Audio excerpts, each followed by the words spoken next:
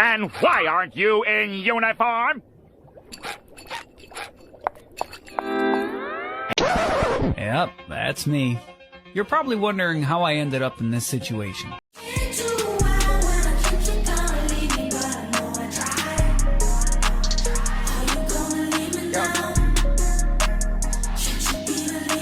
Hi guys, welcome back to my channel.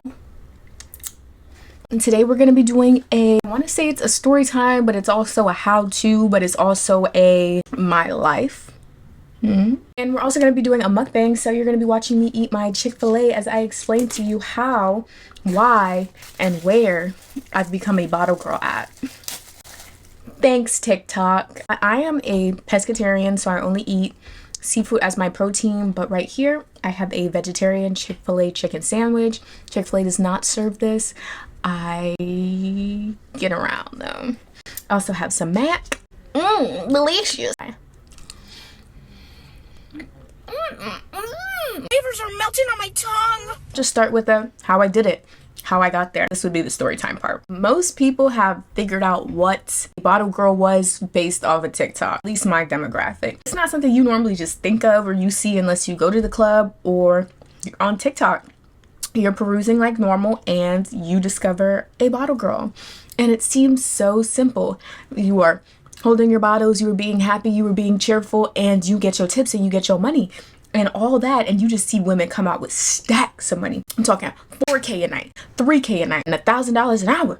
Really very much glorified. Well, at least for me, in my little small town of Greensboro, North Carolina. I have seen bottle girl TikTok, but it just wasn't something that was really advertised to me. And it came up once or twice and that was really it. But my friend, Ems, hey Ems, this is something she wanted to do. She wanted to make that money. She's a side hustler. She's somebody who loves hustling. She loves making money. She loves living a very luxurious lifestyle. In this time, I didn't have no job. I didn't have no money.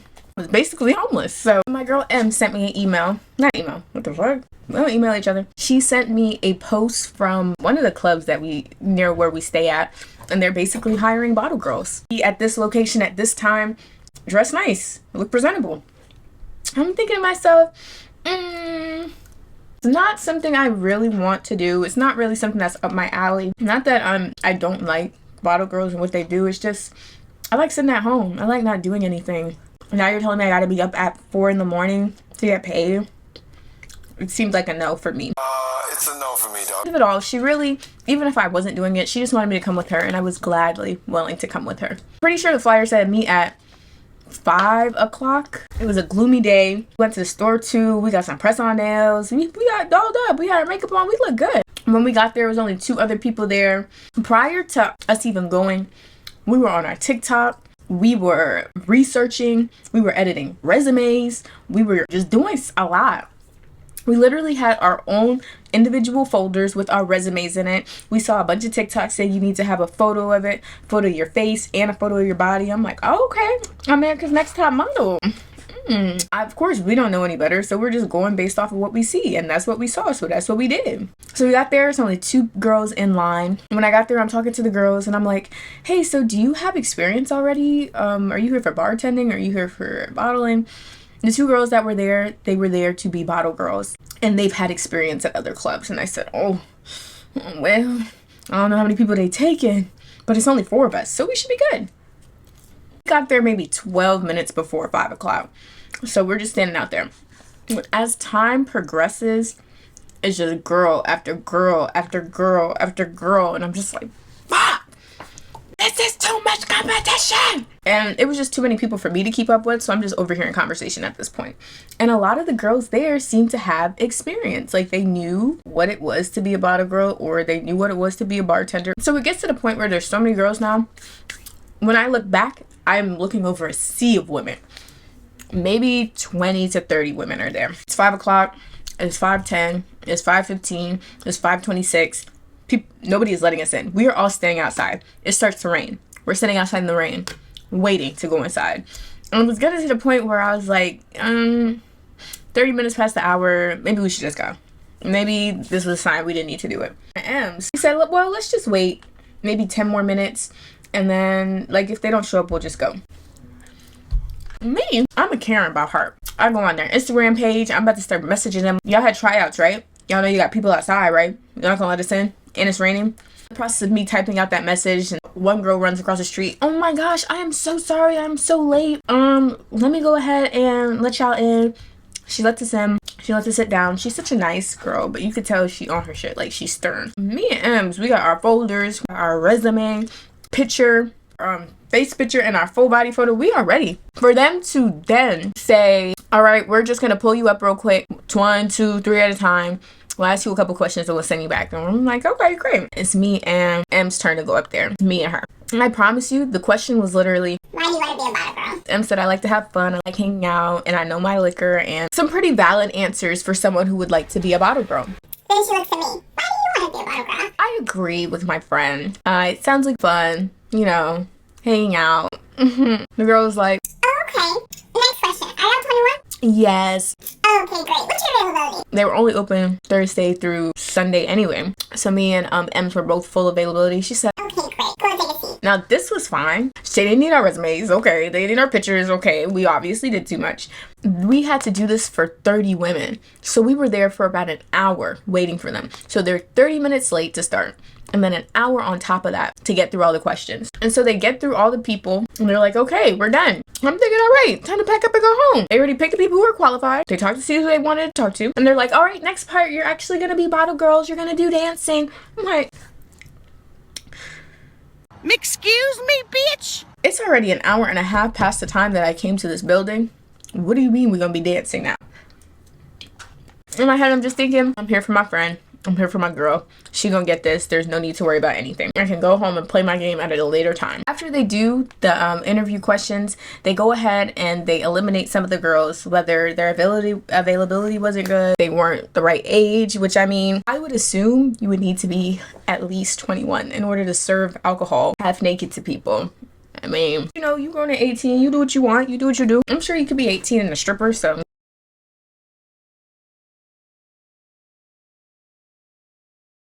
Anyways, so half of the girls are basically gone, or they're bartenders, and if they were bartenders, they got separated to another side of the club we were at. So maybe it was about 16 of us left that were able to do the job and the right age, and we wanted to be bottle girls, including me and my girl. Now this bottle girl part, this dancing back and forth, I thought it was gonna be easy peasy. Like, I used to dance a little bit for my school, for my Caribbean club. I was president by that. I'm here to tell you right now, we don't care.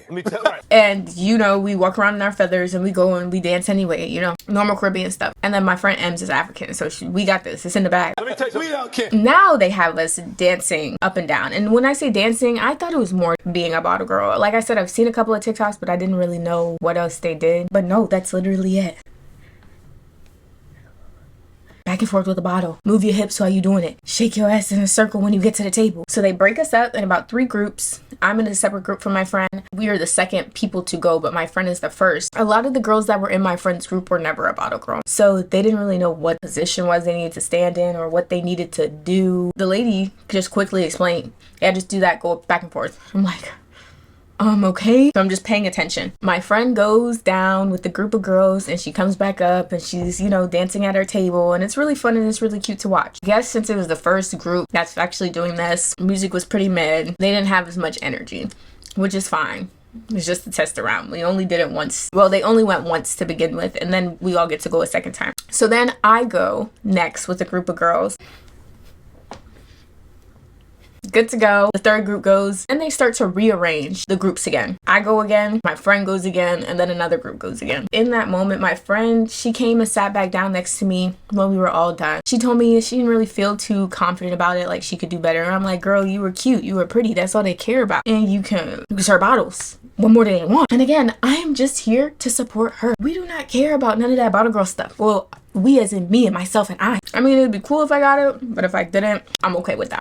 It is what it is. After this, we're time lapsing. Another hour and 15 minutes goes by of us just walking back and forth. So 30 minutes plus an hour plus another hour and 15. We've been there for 2-something hours now. There's 2 women that's doing the judging. They're going through the slips of paper that we had to sign when we first did the interviews of our availability, our age, and why we want to be bottle girl. They separate them out. Okay, I kind of like her. I kind of like her. I kind of like her. No, no, no. And then they start calling names out. They call out a list of 5 girls, and me and my friend were not one of them. So we were just sitting back and we were like, dang, well, we didn't get it. Better luck next time. It is what it is. They call those group of girls over to a separate table. They talk to them for a minute. Next thing you know, those girls are grabbing their stuff and they're leaving. I look at my friend. My friend looks at me. And we like, oh, did we get it?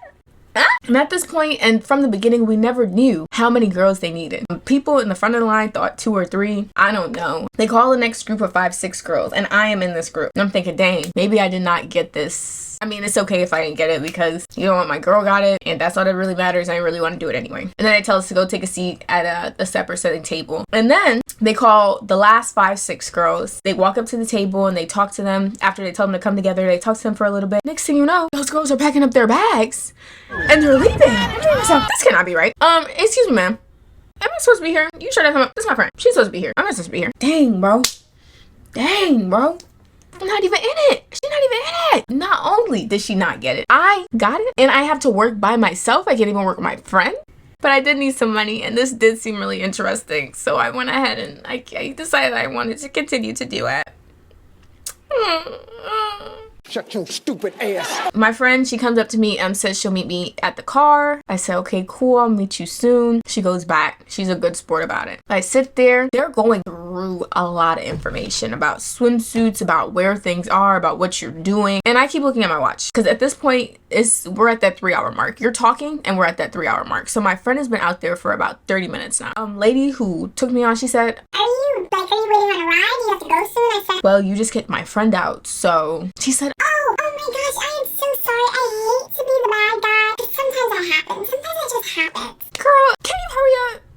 We've been here for how long? What is this? This is actually not. I know I said it's America's Next Top Model. This is not America's Next Top Model. Let's hurry this up. I want to go. Even if I wasn't with my friend. 3 hours, I want to go. You're not paying me right now. She lets us go maybe another 15 minutes after. So we're at a total of 3 hours and 30 minutes of doing all of this. I head out with my friend. We go get dinner. We debrief. And that is pretty much how I got the job. And I've been doing it ever since. Was maybe 3 months ago. Now I should explain to you my day-to-day life. What you need to be about a girl, how you need to, like, the kind of person you need to be. After I got the job, I watched a lot of videos on why people have quit because I don't know, let's like myself out. My friend ain't get it. I'm there by myself now, but a lot of girls quit because they don't like being harassed. They don't like being catcalled. They don't like people yelling at them to do things. They don't like the atmosphere. They don't like being up all night. There's a lot of reasons why to not like this or why not to like any other job or occupation that you might have. This one, personally, I don't experience a lot of harassment.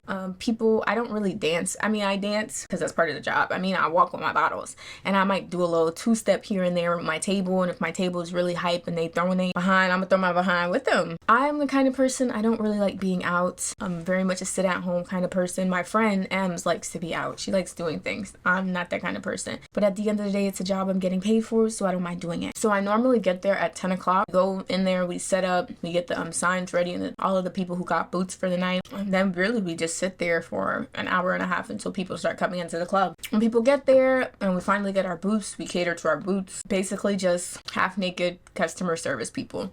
If your customers aren't happy, you are not getting paid because you are not getting tips. So they get there, make sure you give them what they need. If they want a drink, go get them a drink. If they want another bottle, you get them another bottle. For every booth that is there that has a bottle to start with, you get $20. Every other bottle after that, you get 5 to 10% of that bottle. Bottles range from like $200 to $400. And then you get whatever tips and you keep all of your tips. If your table is not happy, like I have had happen to me before because the booth beside them decided to spill their drinks on them and they walk out, you're not getting no money. And that's the end of your night. Once it's around 11:30, 12, people start coming in, you cater to your tables, you dance with them if they want to dance, and that's pretty much all I do. Now the first night I worked there, it was Barb's night, so we already know who was there at the Barb's night. Ain't nobody was trying to harass me.